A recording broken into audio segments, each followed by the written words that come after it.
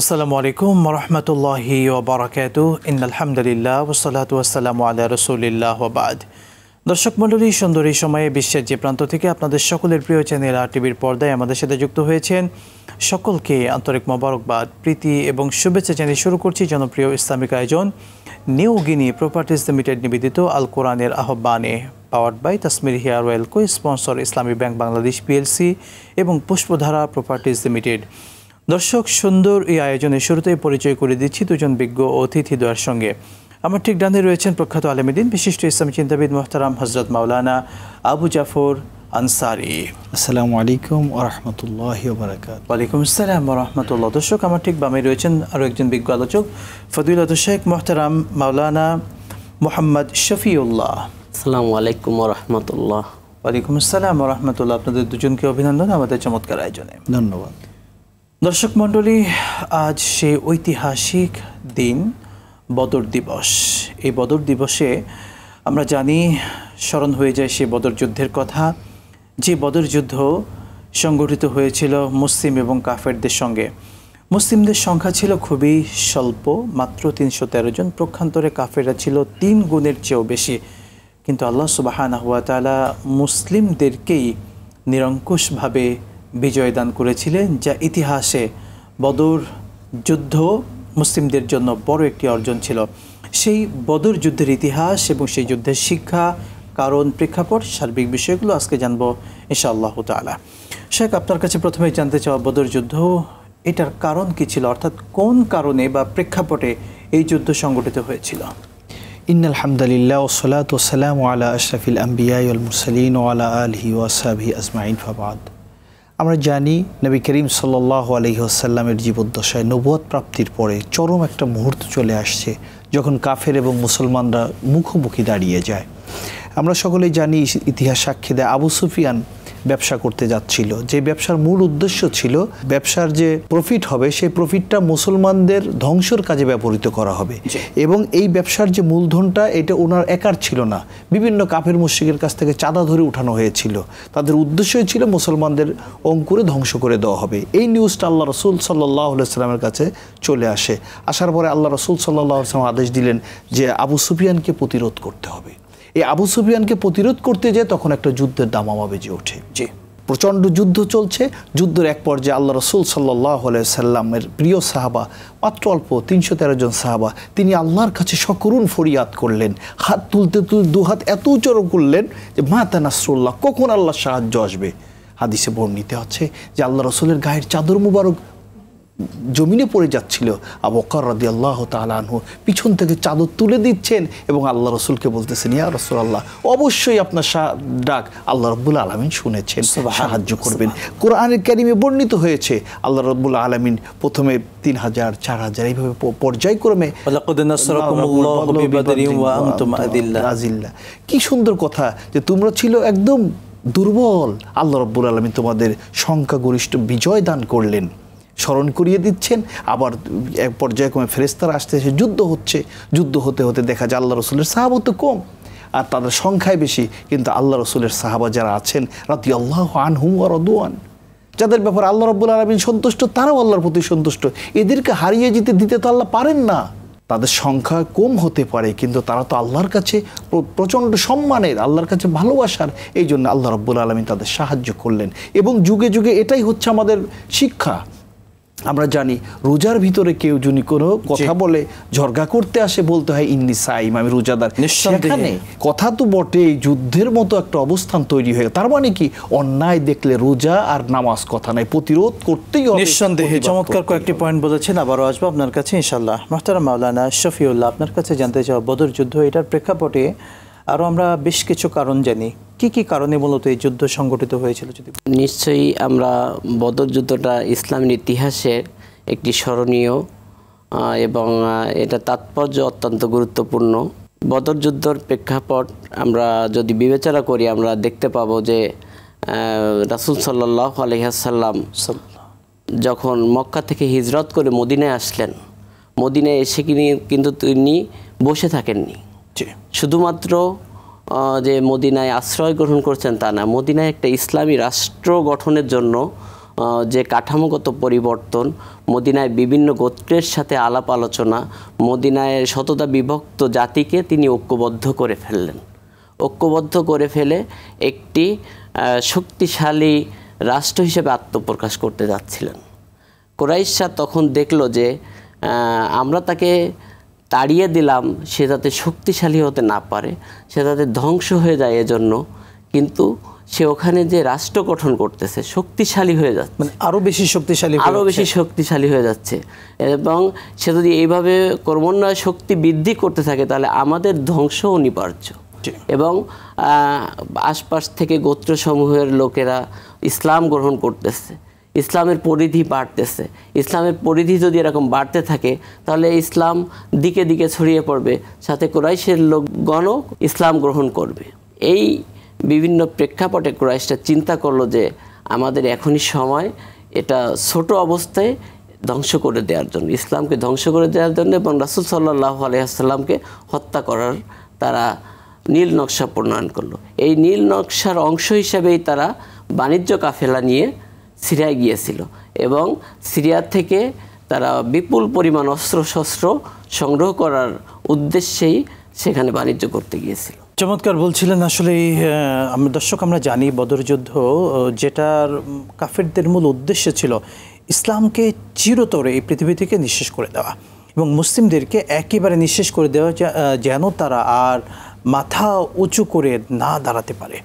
কিন্তু আল্লাহু মুতিম্মু নূরিহি ওয়ালাউ কারিহাল কাফিরুন ওয়ালাউ কারিহাল মুশরিকুন, আল্লাহ তাআলা তো তার দিনকে বিজয় করবেনই করবেন, যদিও সেটা কাফেররা অপছন্দ করে। শেখ, আপনি বলতেন এই যে বদর যুদ্ধ, এই বদর যুদ্ধের প্রেক্ষাপটে আমরা কয়েকটি কারণ বুঝলাম।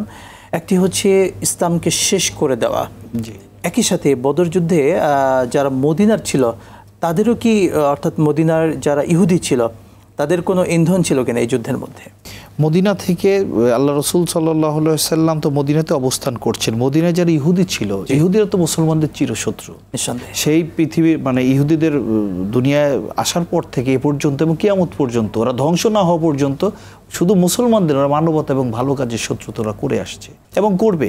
আল্লাহ রসুল সাল্লাল্লাহু আলাইহি ওয়াসাল্লামকে মারার জন্য, তারপর দেশ ত্যাগের জন্য, এরপরে আবার বদরের যুদ্ধের জন্য, এই জাতীয় বড় বড় যতগুলি কারণ ঘটেছে ইসলামে, প্রত্যেকটার পিছনে ইহুদিদের একটা ইন্ধন ছিল এবং তারা অর্থ দিয়েছে, লোকবল দিয়েছে, তারপরে আর্থিকভাবে, মানে এক কথায় ওরা সবসময় আল্লাহ রসুলকে দুমায় রাখার জন্য যা যা করণীয় কোনো কিছু থেকে পিছপা তারা হয়নি।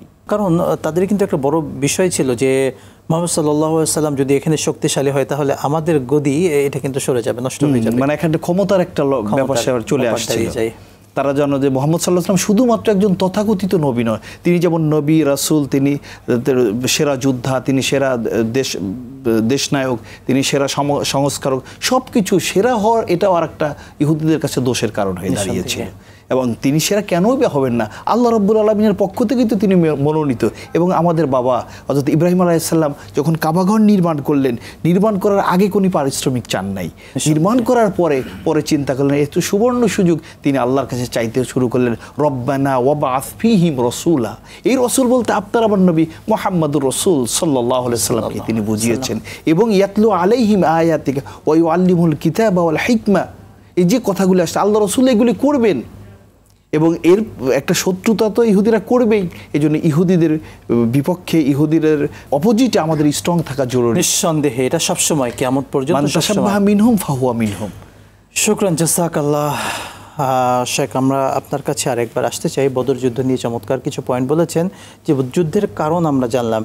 যুদ্ধ যখন শুরু হয়, যুদ্ধ শুরুর অবস্থানটা কাফের এবং মুশরিকদের, অর্থাৎ কাফের মুশরিকরা তাদের অবস্থান এবং মুসলিমদের অবস্থান কেমন ছিল, অর্থাৎ কাফেররা কেমন প্রস্তুতি নিয়ে এসেছিল যুদ্ধে? কাফেররা সেখানে সর্বাত্মক প্রস্তুতি নিয়ে এসেছিল এবং সুসজ্জিত অবস্থায় এসেছিল। কাফেরদের সংখ্যা 1000 ছিল, পক্ষান্তরে মুসলিমদের সংখ্যা ছিল মাত্র 313 জন। এবং মুসলিমদের অস্ত্রশস্ত্র ছিল খুবই নগণ্য, অনেকের হাতেই তলোয়ার ছিল না। কেউ রাসূল সাল্লাল্লাহু আলাইহি ওয়াসাল্লামের কাছে আসছিলেন, রাসূল সাল্লাল্লাহু আলাইহি ওয়াসাল্লাম খেজুরের শাখা তার কাছে দিচ্ছিলেন। এরকম একটা অবস্থা যে সবার কাছে অস্ত্র পর্যন্ত, ন্যূনতম আত্মরক্ষার অস্ত্র পর্যন্ত ছিল না। সেই ক্ষেত্রে শক্তিশালী কুরাইশ বাহিনীর বিরুদ্ধে প্রথমে মল্লযুদ্ধ হয়। প্রথমে মল্লযুদ্ধ হয়। মল্লযুদ্ধে হযরত হামজা রাদিয়াল্লাহু তাআলা আনহু, হযরত আলী রাদিয়াল্লাহু তাআলা আনহু এবং উবাইদা ইবনে সাবিত রাদিয়াল্লাহু তাআলা আনহু তিনজন মুসলমানদের পক্ষ থেকে মল্লযুদ্ধে অবতীর্ণ হন। পক্ষান্তরে কাফিরদের পক্ষ থেকে সায়বা, উতবা এবং ওয়ালিদ ইবনে উতবা অবতীর্ণ হন। এখানে প্রথমে আঘাতেই হযরত হামজা রাদিয়াল্লাহু তাআলা আনহু উতবাকে খতম করে এবং আলী রাদিয়াল্লাহু তাআলা আনহু ওয়ালিদ ইবনে উতবাকে খতম করেন। এরপরে বয়োজ্যেষ্ঠ সাহাবী আবু উবায়দা আহত হন। মূলত এই মল্লযুদ্ধের মাধ্যমেই প্রাথমিক সূচনাটা শুরু হয়ে যায়, কিন্তু এরপরেও এই যুদ্ধেও কিন্তু কাফেরদের বড় বড় দুজন কিন্তু তারা নিহত হয়। দর্শক মণ্ডলী, দেখছিলেন আপনাদের প্রিয় চ্যানেল আর টিভির পর্দায় জনপ্রিয় ইসলামিক আয়োজন নিউ গিনি প্রপার্টিজ লিমিটেড নিবেদিত আল কোরআনের আহ্বানে, powered by Tasmeri hair oil, co sponsor Islami Bank Bangladesh PLC এবং পুষ্পধারা প্রপার্টিজ লিমিটেড। নিচ্ছি এ পর্যায়ে ছোট্ট বিরতির সাথেই থাকুন, ফিরছি ইনশাআল্লাহ।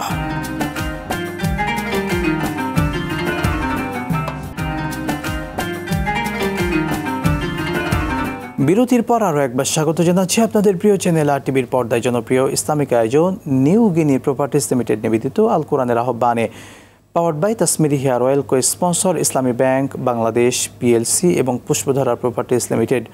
দর্শক, আমরা ঐতিহাসিক বদর দিবসে বদর যুদ্ধের ইতিহাস, শিক্ষা এগুলো নিয়ে শুনছিলাম। সেটা বদর যুদ্ধে যখন সংগঠিত হয়, এক্ষেত্রে মুসলিম বাহিনীদের কতজন আহত হয় বা কাফেরদের এই যুদ্ধে জয় পরাজয়ের কি অবস্থা দাঁড়িয়েছিল? যুদ্ধ যখন চলছে তখন নবী করিম সাল্লাল্লাহু আলাইহি সাল্লাম আল্লাহর কাছে সাহায্য চান। এদিকে প্রচণ্ড যুদ্ধ চলছে, কাফেরদের সৈন্য বেশি, অস্ত্র বেশি, ঘোড়া বেশি, তারপরে উট বেশি, তুলনামূলক মুসলমানদের সেগুলোর সংখ্যা ছিল খুবই কম। যুদ্ধের শেষে দেখা গেল, শুরুতে আয়াত তেলাওয়াত করে লাকাদ নাসারাকুমুল্লাহু বিবাদরিন, আল্লাহ রাব্বুল বদরে সাহায্য করছে, এই জন্য তারা বিজয় লাভ করেছে। বিজয় লাভ করছে, এদিকে মুসলমানদের 13 জন শাহাদত বরণ করেছেন, 13 বা 14 জন শাহাদত বরণ করেছেন, আর কাফেরদের 70 জন নির্মমভাবে মারা গেছেন এবং 70 জন বন্দী হয়েছেন। এই 70 জন বন্দীকে নিয়ে আসা হয়েছে। এখানেও আর একটা ইসলামের সৌন্দর্য ফুটে উঠেছে। আল্লাহ রসুল ঘোষণা করলেন, এই 70 জনের ভিতরে যারা আমার সাহাবাদেরকে অক্ষর জ্ঞান শিক্ষা দিবে তাদের মুক্ত করে দিবে। আল্লাহ রাসূল, আল্লাহু আকবার, কতটা উদার, মানে মানবতার বড় একটা শিক্ষা এখানে দিলেন। মানবতার শিক্ষা দিলেন, কল্যাণের শিক্ষা দিলেন। এবং শিক্ষা, অনেকে বলে আল্লাহ রাসূল সাল্লাল্লাহু আলাইহি ওয়াসাল্লাম লেখাপড়া করেননি, আর তার চেয়ে বড় শিক্ষিত তার কেউ নেই, তার চেয়ে বড় আজিম ব্যক্তিত্ব কেউ নাই। অক্ষর জ্ঞান শিক্ষা দিচ্ছে, মুক্ত করে দিচ্ছেন। যাই হোক, এখানে আল্লাহ রাসূল সাল্লাল্লাহু আলাইহি ওয়াসাল্লাম নিরঙ্কুশ বিজয় লাভ করেন এবং আল্লাহ রসুলের প্রিয় চাচা যান এই যুদ্ধে শাহাদত বরণ করেন। আর কাফেররা নির্মমভাবে তারা পরাজিত হয় এবং ফিরে চলে যায়। যারা পালিয়ে গেছে, যারা বন্দী হয়েছে, তাদের অধিকাংশ এমনভাবে আক্রান্ত হয়, আহত হয়, যেটা আসলে কল্পনার বাইরে, তারা চিন্তাও করতে পারে। বিশেষ করে আবু জেহেল। জি হ্যাঁ, আবু জেহেলকে তো তাও মারছে ছোট ছোট 2 জন বাচ্চা, মানে বয়সে তারা কম, মর্যাদায় কিন্তু তাদের পায়ের ধুলো সমান আমরা নয়। আমরা আবু জেহেলের সে নিহত হওয়ার যে ঘটনা, আমরা জানি ঐতিহাসিক সেই ঘটনা, এই ঘটনাটি শুনবো ইনশাআল্লাহ তাআলা। শেখ চমৎকার বলছিলেন। আমরা আপনার কাছে আরো একবার আসতে চাচ্ছি, বদর যুদ্ধের যে ঐতিহাসিক ঘটনা, এই ঘটনাগুলোর মধ্যে উল্লেখযোগ্য কি কি ঘটনা আছে একটু দর্শকদেরকে বলার মতো? উল্লেখযোগ্য ঘটনা হচ্ছে আবু জেহেলের নিহত হওয়া। আবু জেহেলের নিহত হওয়া, এখানে 2 ভাই, মাজ এবং মাওয়াজ, 2 ভাই, তারা একজন সাহাবীকে জিজ্ঞেস করছিলেন, চাচা আবু জেহেল কে? আব্দুর রহমান ইবনে আউফ রাদিয়াল্লাহু তাআলা তাকে জিজ্ঞাসা করেছিলেন। হ্যাঁ, আব্দুর রহমান ইবনে আউফ রাদিয়াল্লাহু তাআলাকে জিজ্ঞেস করছিলেন যে, চাচা আবু জেহেল কে, যে রাসূল সাল্লাল্লাহু আলাইহি সাল্লামকে এত কষ্ট দিয়েছেন? তো বলছে, আবু জেহেল দিয়ে তোমরা কি করবা? বলছে, আমরা তাকে হত্যা করব, তার সাথে আমরা লড়াই করব। তখন বলতেছিল যে, ওই দেখো সিংহের মতো তলোয়ার ঘুরাতে ঘুরাতে আসছে। তখন 2 ভাই আবু জেহেলের পরে হামলা করে। হামলা করলে প্রথমে আবু জেহেলের ঘোড়ার পায়ে আঘাত করা হয়। পায়ে আঘাত করলে সেখান থেকে ঘোড়া যখন পড়ে যায়, এরপর আবু জেহেলের সাথে 2 ভাইয়ের মোকাবেলা হয়। মোকাবেলা হয়ে 1 ভাই শহীদ হয় এবং আবু জেহেলও নিহত হয়। আবু জেহেলকে প্রচণ্ড পরিমাণ পিটায় 2 ভাই মিলে। পিটানোর পরে আবু জেহেলও পরে মারা যায় এবং অপর ভাই ওই যুদ্ধে গাজী হিসাবে মর্যাদা নিতে হয়। আল্লাহু আকবার। দর্শক, এখান থেকে বড় একটা শিক্ষা আছে, মেসেজ আছে, সেটা হচ্ছে যারা নবীর দুশমন তারা কখনো আমাদের প্রিয় হতে পারে না, তাদের বিরুদ্ধে আমাদের ঈমান থাকা পর্যন্ত অবস্থান নিতে হবে। তারই জ্বলন্ত প্রমাণ এই ছোট্ট দুই ভাই মাস এবং মুআওয়াজ রাদিয়াল্লাহু তাআলা আনহুমা এই বদর যুদ্ধে দেখিয়েছিলেন। যদি সে এই পয়েন্টে বলতেন, আল্লাহ নবী সাল্লাল্লাহু আলাইহি ওয়াসাল্লামে যখন কেউ কটূক্তি করে, তার সামনে নোংরা কথা বলে, বা তার আহাল পরিবারের সম্পর্কে খারাপ নোংরা কথা বলে, এমন ব্যক্তি অর্থাৎ শাতিমে রাসূল যাদেরকে বলা হয়, এমন ব্যক্তিদের অবস্থান বা তাদের বিরুদ্ধে আমাদের দায়িত্ব কী হবে? আল্লাহ রসুল সাল্লাল্লাহু আলাইহি সঙ্গে মানে বাস্তব সামনাসামনি বিয়াদবি তো দূরের কথা, তার নাম নিয়ে যদি কেউ কটাক্ষ করে বা কটু কথা বলে, তার দুনিয়ায় বেঁচে থাকার কোনো অধিকার নেই, এক। আর দ্বিতীয়ত, আল্লাহ রাব্বুল আলামিনের সঙ্গে কেউ যদি বিয়াদবি করে তাহলে কিন্তু আল্লাহ ইচ্ছা করলে মাফ করতে পারেন, কিন্তু আল্লাহ রসুলের সামনে কেউ যদি বিয়াদবি করে, আল্লাহ বলছে আন তাহবাত আমালুকুম, তোমাদের আমল বরবাদ হয়ে যাবে। এরপর লা তারফাউ আসওয়াতাকুম ফাওকা সাউতিন নবী, রাসূলের কথার উপরে জন্য তোমার কথা না ওঠে, আল্লাহ এতটুকু বরদাস্ত করেন না। আর এখানে মাআজ এবং মুআওয়াজ রাদিয়াল্লাহু তাআলা আনহুমা, তারা ছোট ছোট দুজন কিশোর, তারা আল্লাহ রসুলের কাছে এসে ইয়া রাসূলুল্লাহ, আমাদের অনুমতি দেন, আমরা একটু যুদ্ধের মাঠে যেতে চাই। এই অনুমতি চাইলেন তো আল্লাহ রসুলকে তারা কষ্ট দিয়েছে, এই যে তারা দুই ভাই শপথ করে এসেছেন, জীবন থাকতে ঘরে ফিরে যাব না। তারা আবু জেহেলকে জাহান্নামে পাঠিয়ে দিল এবং এক ভাইয়ের হাতটা চলে গেছে, যখন কেটে ফেলে দিয়েছে, যুদ্ধ করতে ডিস্টার্ব হচ্ছে, পায়ের নিচে হাতটা ফেলে তরবারি দিয়ে কোপ দিয়ে নিজের হাত নিজে ফেলে দিয়েছে। আল্লাহু আকবার। এখন ঈমান দীপ্ত বল থাকতে হবে। আল্লাহ রাসূল সাল্লাল্লাহু আলাইহি সাল্লামের ব্যাপারে তার শান এবং মান, ইজ্জত এবং আজমত, আমার জীবন, আমার বাবা মার সম্মান, আমার সন্তান, আমার কলিজার চেয়ে অনেক বেশি, এটি তো থাকতে হবে মুসলমানের। আল্লাহ রাসূল বলছেন লা ইউমিনু আহাদুকুম, কেউ মুসলমান হতে পারবে না হাত্তা আকুনা হাব্বা ইলাইহি মিন ওয়ালিদিহি ওয়া ওয়ালাদিহি ওয়ান নাসি আজমাইন, তোমার সন্তান সন্ততি, তোমার নিজের জান, এর চেয়ে যদি আল্লাহ রাসূল সাল্লাল্লাহু আলাইহি সাল্লামের যতক্ষণ বেশি না ভালোবাসো, ততক্ষণ তুমি মুমিন হতে পারবে না। আর আল্লাহ কি বললেন, কুল, হে হাবিব আপনি বলে দিন, ইন কুনতুম তুহিব্বুনাল্লাহ, যদি তোমরা আমি আল্লাহর ভালোবাসা পেতে চাও, ফাত্তাবিউনি ইউহিব্বুকুমুল্লাহ, তাহলে আমার অনুসরণ, আল্লাহ রসুল বলছে আমার অনুসরণ করো, তাহলে আল্লাহ তোমাকে ভালোবাসবে। সুবহানাল্লাহ। এই ভালোবাসা শুধু মুখে ক্লাস 3, 4, 5 বাচ্চার মতো কাগজে লিখে দিলাম আমি তোমাকে ভালোবাসি, ওই ভালোবাসা না। এই ভালোবাসা হৃদয়ে ধারণ করতে হবে, ভালোবাসা মুখে উচ্চারণ করতে হবে, ভালোবাসা প্রয়োজনে জীবন দিতে হবে, প্রয়োজনে জীবন নিতেও হতে পারে। যখন আজকে বাংলাদেশেও দেখা যায়, বিশ্বের বিভিন্ন জায়গায়, যখন তুমি ভাই অন্য কোনো ধর্মের প্রতি আমার কোনো আক্রোশ নাই, যে অন্য ধর্মাবলম্বী যে আছে যার যার ধর্ম সে পালন করুক না, সমস্যা কি, কিন্তু আপনি আমার রসুলকে নিয়ে কটূক্তি করবেন, সুস্থভাবে হেঁটে চলে যাবেন, এটা তো আমি হতে দিতে পারি না। কোনো ইমানদার এটা সহ্য করতে পারে না। এটা দায়িত্ব হচ্ছে যখন রাষ্ট্র ইসলামিক হয়, ইসলামিক রাষ্ট্রের দায়িত্ব হচ্ছে এটা কন্ট্রোল করা এবং তার বিচারের মুখোমুখি করা। যদি রাষ্ট্র না করে, তাহলে মুসলমান হিসেবে প্রত্যেকটা মানুষের এই ব্যাপারে জাগ্রত হওয়া উচিত, নিঃসন্দেহে। শুকরান, জাযাকাল্লাহ। শেখ, সবশেষ বলতেন, বদর যুদ্ধ থেকে আমরা কি শিক্ষা পাই, কি মেসেজ জাতিকে দিতে পারি? বদর যুদ্ধ থেকে আমরা প্রথম যে শিক্ষা পাই সেটি হচ্ছে মহান আল্লাহ রাব্বুল আলামিনের সাহায্য, যে কেউ সৎ পথে যদি সংগ্রাম করে তাহলে মহান আল্লাহ রাব্বুল আলামিনের সাহায্য পাবে।